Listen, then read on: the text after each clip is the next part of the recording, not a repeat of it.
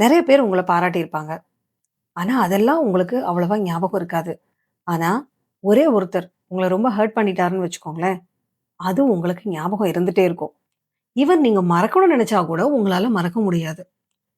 உங்கள சுத்தி இருக்கவங்கலாம் சொல்லுவாங்க, "இத்தன பேர் அப்ரிஷியேட் பண்ணியிருக்காங்கல்ல, அதெல்லாம் ஏன் ஞாபகம் வச்சுக்க மாட்டேங்கிற? அவர் சொன்ன ஒரு வார்த்தைய மட்டும் பெருசா எடுத்துக்கிற."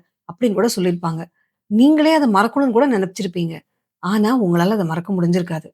உங்களுக்கு அந்த மாரி நடந்திருக்கா? இதுக்கு பல சைக்காலஜிக்கல் ரீசன்ஸ் இருக்கு. ஆக்சுவலா சொல்லப்போனா, அந்த ஒரு வார்த்தை மட்டுமே உங்கள காயப்படுத்தல. அதுக்கு பின்னாடி நெறைய ஹிடன் ரீசன்ஸ் இருக்கு.